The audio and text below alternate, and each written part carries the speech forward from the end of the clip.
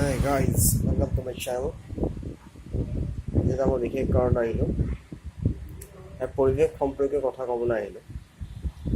আমাৰ সমাজখনত এতিয়া মই দেখিবলৈ পাইছোঁ যিটো আমাৰ পৰিৱেশৰ লগত যিটো সম্পৰ্কটো লাহে লাহে আমাৰ সমাজৰ সম্পৰ্কটো নাইকিয়া হৈ গৈ আছে। জীৱ জন্তু চৰাই চিৰিকটি সকলোবোৰ লাহে লাহে বিলুপ্ত হ'বলৈ গৈ আছে।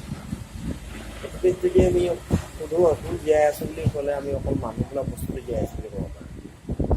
আৰু মানুহ বোলা বস্তুটোৱে চব এফালৰ পৰা ধ্বংস কৰি গৈছে।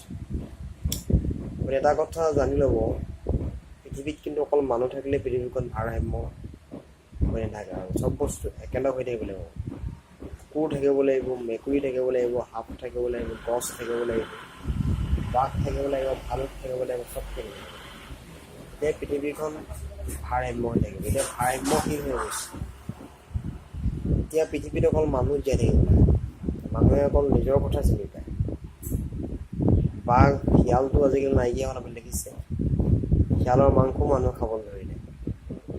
আগতে গাঁৱৰ চুকত শিয়াল থাকে, আজিকালি দেখিছে বান্দৰবোৰ যে গুৱাহাটী মহানগৰীটো বান্দৰ আহিছে। কিয় আহিছে? থাকিবলৈ জেগা নাই, মানুহৰ জনসংখ্যা বৃদ্ধি হৈছে। গাঁও ভূঞেত আপোনাৰ বাগান খুলি মানুহে গোটেই গছ গছনি কাটি বাগান খুলিছে। আমি যদি বাগান ৰুইছে ৰুৱক, এইটো ডাঙৰ কথা নহয়। চাকৰি নাই, বাগান সেইটো কৰি কিবা এটা কৰি খাইছে, কিন্তু এই বাগানৰ মাজে মাজে যদি অলপ গছ বন লগাই দিলেহেঁতেন, তাহাঁতৰ বাসযোগী যদি কৰি দিলে হ'লেহেঁতেন, কিন্তু বান্দৰবিলাক বাহিৰলৈ ওলাই নাহিলেহেঁতেন। চ' মই এইটোকে কওঁ, সকলো জীয়াই থাকক। যদি অকল মানুহে নিজৰ কাৰণেই জীয়াই থাকিব বিচাৰে, কিন্তু এদিন পৃথিৱী ধ্বংসৰ দিশে গৈ আছে, ধ্বংস হৈ যাব। সকলো বস্তু জীয়াই থাকিব লাগিব। সকলো বস্তু ভগৱানৰ দান।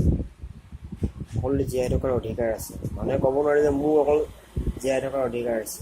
মোৰ যেনেকৈ অধিকাৰ আছে, পৰুৱাৰো সিমান অধিকাৰ আছে। যিহেতু আমি যিকোনো বস্তু জন্ম দিব নোৱাৰোঁ, তাক আমাৰ মাৰিবলৈ কোনো অধিকাৰ নাই। চ' ইয়াকে কওঁ, সকলো একেলগ হৈ জীয়াই থাকক। যিমান পাৰে জীৱ জন্তুক মৰম কৰিবলৈ শিকক। পৰিৱেশক ভাল পাওক, গছ গছনিক ভাল পাওক। পৰিৱেশ ভাল হ'ব আৰু জীৱনটো আগবাঢ়ি যাব, দেশখন আগবাঢ়ি যাব, পৃথিৱীখন আগবাঢ়ি যাব। That's it, till then, bye by.